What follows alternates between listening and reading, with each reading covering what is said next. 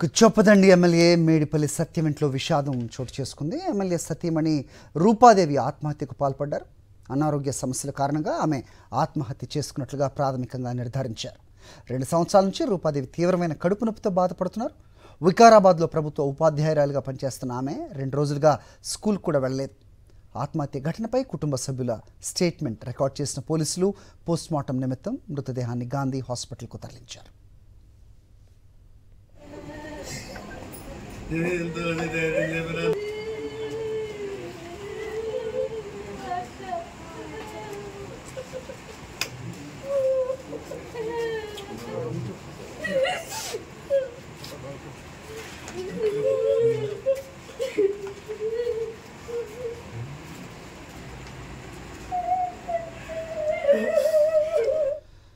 MLA Medipalli సత్యాన్ని పరామర్శించారు మంత్రి పొన్నం ప్రభాకర్. ఆమె నివాసం వద్ద నుంచి మా కరెస్పాండెంట్ సుష్మిత మరిన్ని అప్డేట్స్ ఇస్తారు. సుష్మిత, చెప్పండి, ఏంటి అక్కడ కుటుంబం దగ్గర పరిస్థితి ఏంటి? ఆవిడ మృతదేహాన్ని మళ్ళీ పోస్ట్మార్టం నిమిత్తం తీసుకెళ్లారు, మళ్ళీ ఇంటి వద్దకు తీసుకొస్తున్నారా? ఏం జరుగుతుంది అక్కడ? అప్డేట్ చెప్పండి. సరే, ఇప్పటికే చొప్పదండి ఎమ్మెల్యే సతీమణి రూపాదేవి మృతదేహం ఇంటి వద్దకు చేరుకుంది. అయితే ఉదయాన్నే మార్చురీ కూడా గాంధీ హాస్పిటల్కు తీసుకొని వెళ్లారు పోస్ట్ మార్టం నిమిత్తం. అయితే పోస్ట్ మార్టం పూర్తి అవ్వగానే కూడా డెడ్ బాడీని ఇంటి వద్దకు తీసుకుని వచ్చారు.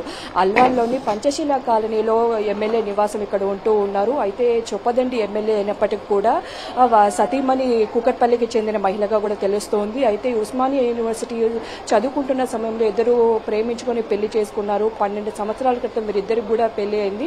2 చిన్న పిల్లలు ఉన్నట్టుగా కూడా సమాచారం, చాలా చిన్న ఏజ్ పిల్లలు. అయితే గత 3 సంవత్సరాలకు కూడా భరించలేని కడుపు నొప్పితో భరిస్తున్న చాలా డిప్రెషన్లోకి వెళ్ళిపోయినట్టుగా కూడా తెలుస్తోంది.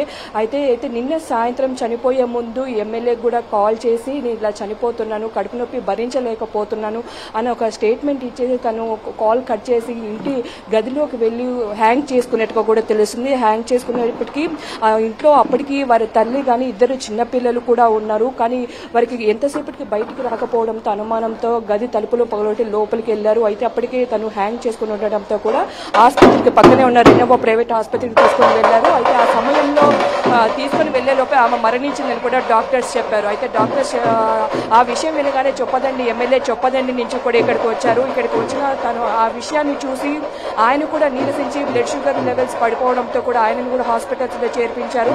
అయితే ఉదయాన్నే ఆయన డిశ్చార్జ్ చేశారు. గాంధీ ఆసుపత్రి మార్చురీకి ఆయన సతీమణి డెడ్ బాడీని కూడా పంపినట్టుగా కూడా తెలుస్తుంది. అయితే డెడ్ బాడీ పోస్ట్ మార్టం పూర్తి అనంతరం కూడా ఇప్పటికే రూపాదేవి డెడ్ బాడీ ఇక్కడ చేరుకుంది. అయితే పూర్తిగా రవాణా శాఖ మంత్రి పొన్నం ప్రభాకర్ దగ్గరుండి అన్ని పనులు కూడా పర్యవేక్షిస్తూ ఉన్నారు. అయితే ఇప్పటికే ఇక్కడ ఎమ్మెల్యే సంబంధించిన చొప్పదండి నియోజకవర్గానికి సంబంధించిన కార్యకర్తలు కానీ ఎమ్మెల్యేలు ఇతర నేతలంతా కూడా ఇక్కడికి చేరుకుంటూ ఉన్నారు.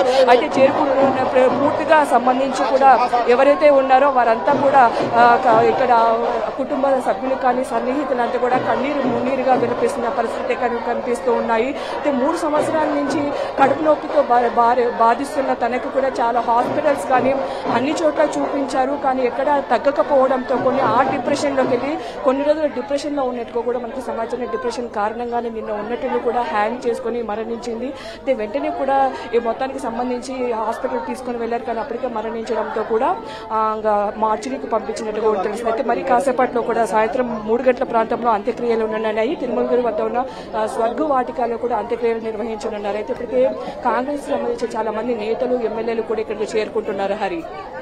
ఓకే సుష్మిత.